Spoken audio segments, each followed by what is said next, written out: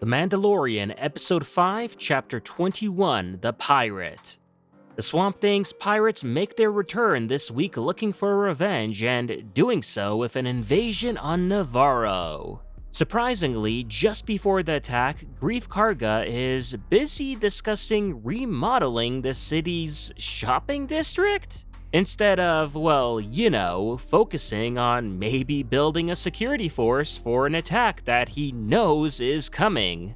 Say what you want about Greef as High Magistrate, but he's insane for wanting to stay independent and this entire time not even investing in a defense security fleet, much less a police force of any kind, instead being more focused on what kind of new shops to add to his shopping district. And as a result, Navarro is completely defenseless against the Gorian Shard's pirate attack. With all the citizens being evacuated, yes, all 30 of them, so-called big city, right? Apparently this is also supposed to be the population of the entire planet, which clearly they didn't think too much into that line.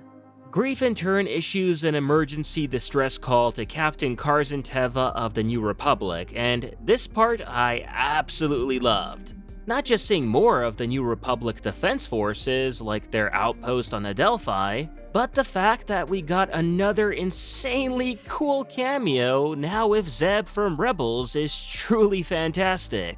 Just a tad darn shame that this is the most we do get from him here, but hopefully we do see more from him later this season. Or if not, then he's definitely gonna have to show up in the Ahsoka series, right? The backdrop in the scene is also great too, as we see different types of Imperial helmets being used as decorative pieces, even the top of a probe droid being included in the bunch, as well with directors Dave Filoni and Rick Famuyiwa reprising their pilot roles in the background, just lounging around and enjoying their time there. Furthermore, I find it interesting how the pilots wearing the orange jumpsuits are still using the old-school Rebel Alliance design. Meanwhile, those in the blue jumpsuits like Zeb have the newly modernized New Republic pilot design, so yeah, that's pretty cool as well. After realizing that he's failed in Coruscant in trying to convince the New Republic to help, essentially having wasted his time because this show loves nothing more than to dunk on the New Republic, it seems, even to the point of having a former Imperial Remnant officer have more say here than Teva, who, has served with the Rebellion and the New Republic for so long. And add to the fact that we literally see the Adelphi Rangers just sitting around doing nothing when they could easily be helping here. And this goes completely against the claims that the New Republic is so busy in that sector, which, then again, if someone were to come to me to try to convince me nonsense about a pirate attack having somehow something to do with the Imperial Remnant, which is completely unrelated and felt like such a random line to throw in there just for the heck of it, then yeah, I probably wouldn't look too much into what they're saying if I'm being honest. They kinda sound like a crazy person at that point. Anyway, Teva instead then decides to look for Din Djarin and ask him for help. Now, how in the world did Teva even know where to locate Din is absolutely bonkers and very quickly brushed off here, because even the writers themselves know that the explanation given here is terrible, which is because apparently, since R5 once served in the Rebellion, this then gives Teva the location of the Mandalorian covert? And like I said, this makes no sense. How would Teva suddenly know that R5 is now under the ownership of Din? Like, is there some kind of galaxy-wide droid registration system or something like that? And even if there is, I don't see Peli using that or Din himself either. Or did R5 reach out to Teva by itself randomly just one day and be like, hey, I'm with a bunch of Mandos, so if you ever need any help with a pirate attack in the future, then give me a holler. Yeah, this is just bad writing no matter how you slice it.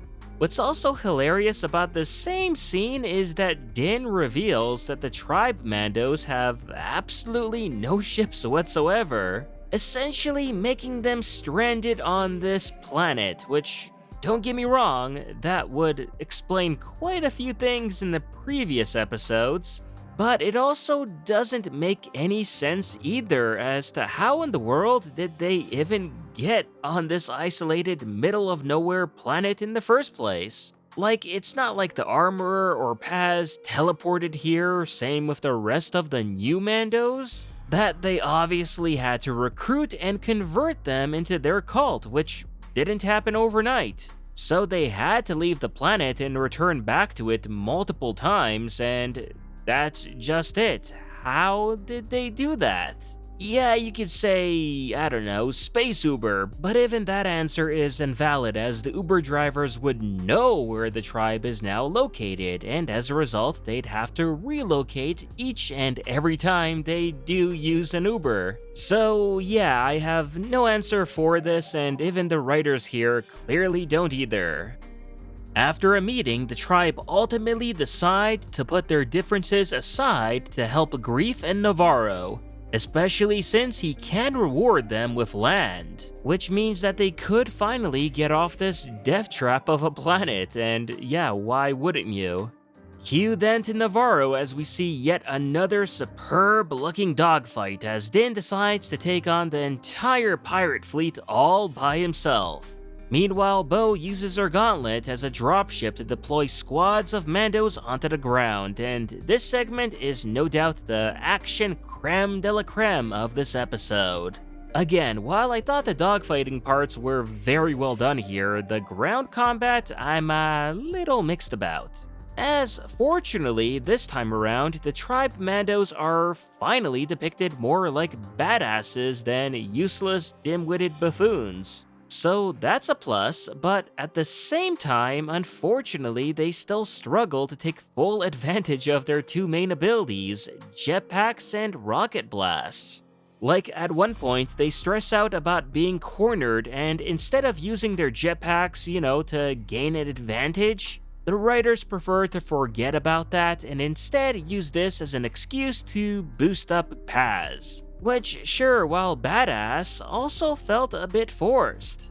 Then when the pirates bring out a turbo laser, this scares all of the Mandos into taking cover and becoming stationary, rather than, again, using their jetpacks, flying quickly around the turret, and by doing so, the turret would miss them, and then overwhelming the turret by shooting their rockets at it, and bada boom bada bing, done. But nope, the writers again use this as an opportunity to give the Armorer this time her own spotlight scene, which, yes, like with Paz, it is badass, but also unnecessary. And let's keep in mind this as well, all of these Mandos were fighting pirates that were likely all boozed up drunk at this point, having, spent a bare minimum of a few days lounging around the city, which made them even easier opponents to deal with, yet even with that, some Mandos still end up dying in this episode.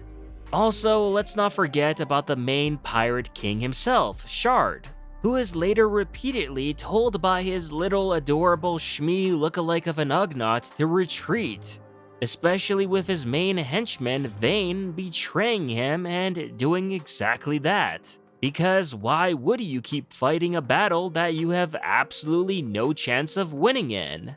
But yet he ignores all of that and decides to go on a suicidal run for no good reason other than the writers being unable to figure out how to properly deal with him here. Just wanting to end his character in this episode no matter what, even if it doesn't make any sense, and yeah, it does not. It almost felt like a cartoony villain death. But then again, given that he literally does look like a cartoon, then I guess we can let it slide.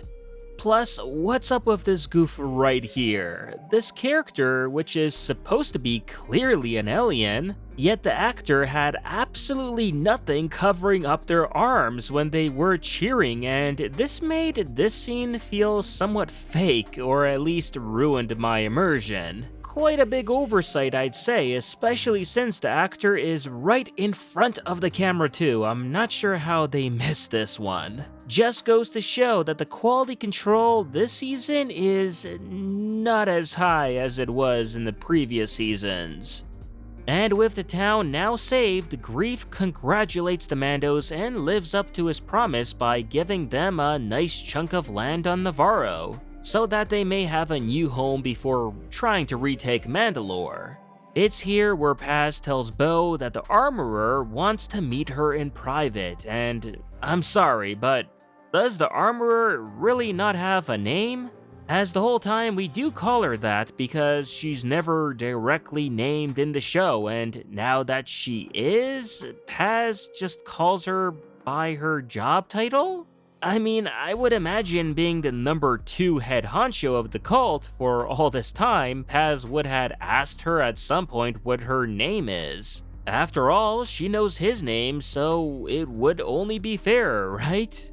Either way, we have a one-on-one between the Armorer and Bo, which takes this episode ending in a strange turn that I never expected, with Bo basically being granted permission to remove her helmet and now become the chosen leader to unite all the Mandalorians in the galaxy, which seems a bit strange as just last episode, the Armorer didn't even believe her claims in seeing a mythosaur, and now suddenly she does? Or is the real reason that Bo is on her good side to become Mandalore's new leader all because she's the only one in the cult that owns the equivalent of a Mandalorian space minivan? Either way, this did feel rather off base for me, considering how hardcore the Armorer is of the helmet rule, especially the hell that she put Din through after removing his helmet and needing to be redeemed and all, to now suddenly being totally cool with Bo taking hers off, and not only to outside Mandos, but even to those within the tribe, who all then look at each other in confusion, being like, hey, what gives? How come she gets to take her helmet off while if I do it, I'm cut off forever? Yeah, what can I say? I really found this direction to be strange, mainly since it came straight from the Armorer and not say Bo, who I figured would try something like this on her own. But nope, it looks like she was actually happy to live in this cult the entire time, and had the Armorer not brought this up, then I get the feeling Bo would have never had stood up and tried to take control of things herself, which I personally found disappointing in Bo. But hey, on the bright side, at least now she's going to have to leave the tribe to go look for and unite all of the other Mandalorians. Which, you know what that means, there's no one left to hijack Din's show from him anymore. Lastly, we do get one more scene with Teva, who uncovers the remains of an attacked Lambda shuttle that turns out to be a New Republic escort ship of Moff Gideon. And while I did appreciate the atmosphere and creepy vibe that this scene gave, as well finally confirming that yes, Gideon did 100% escape, I as well found it incredibly strange that the New Republic were using a Lambda shuttle, an Imperial transport, instead of using one of their, own New Republic ships. And fully knowing how high profile of a prisoner Gideon was, how were there no starfighters escorting this ship either? That part right there makes no sense to me.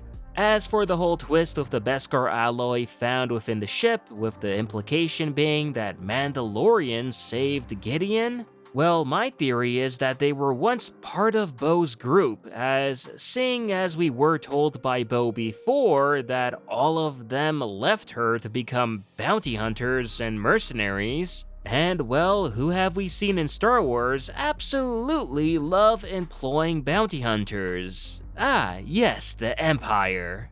So it wouldn't surprise me at all to see Bo, who's now working and reuniting all of the Mandos, meet up with her former Mando soldiers, only to realize that they're now working and being paid by the Empire and saved Gideon.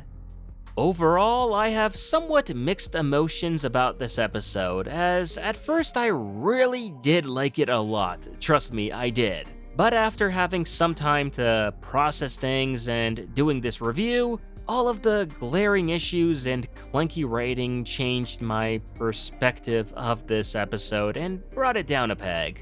Now, don't get me wrong, there's still a lot of good here. It's a nice long episode, plenty of action, eye candy, the tribe Mandos for the most part finally being shown as badasses again, and the first half of the episode actually saw Din take the lead again in his own show. I know, crazy, right? But that's definitely a positive here. So for sure, this was one of the stronger episodes of the season so far, a full package one might say, even despite all of its problems. But now that we're more than halfway through the season, I don't know about you, but I expect things to not only ramp up story-wise, but quality-wise, especially in the writing as well. And that was my take on this episode of The Mandalorian. Let me know what you all thought about the episode in the comments down below. And if you haven't already, remember to like this video, subscribe to the channel, and I'll see you on the next one.